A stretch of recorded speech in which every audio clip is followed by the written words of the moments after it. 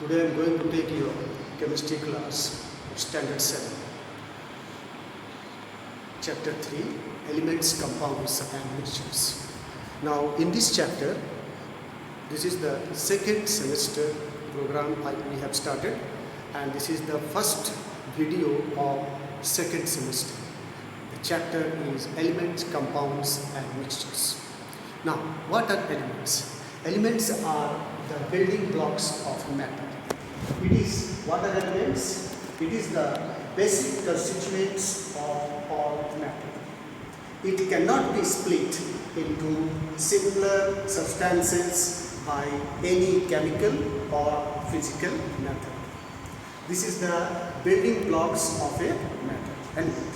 Now, in chemistry, elements is further classified into three varied groups. What are those, children? Let us see.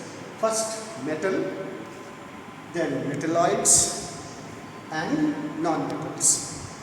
Now, you may know what are metals. Metals like example Na, symbol for sodium, calcium, magnesium Mg, then you may take potassium K, like that copper, iron, etc. So this is the symbol for sodium, Ca for calcium, Mg for magnesium, potassium, copper, iron, that is ferrum for iron. So these are some of the examples of metals. Now what are metals? Metals are those substances which are having the tendency to lose electrons to become octet. They have a general tendency to lose the electrons from its outermost shell and become octet. Now these are metals. Next come to metalloids. What are metalloids? Metalloids are those substances which behaves both like that of metals as well as non-metals. Can you give the example of metalloids? Boron, silicon, antimony, germanium, like that so many, etc. Okay. Now the third part is non-metals. Non-metals, what are non-metals? Non-metals are those substances, these are the types of elements which have a general tendency to accept the electrons and becomes anion. So like that sulfur, S for sulfur, C for carbon, nitrogen, N for nitrogen, like that O for oxygen, etc. Like that there are so many non-metals are there, as you know in your book it's given.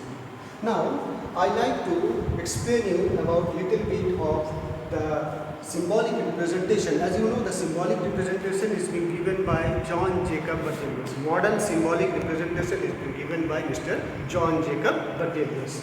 You see, for iron, the symbol it is ferrum.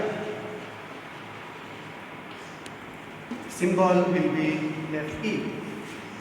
So for copper, it is cuprum. Symbol will be Cu. So first these two letters, capital letter followed by the small letter. Like that sodium, the Latin name is natrium. Its symbol is Na. So like that there are so many in the chart. It is given in your book. Kindly go through the chart from the book, and I hope today this much class you have understood.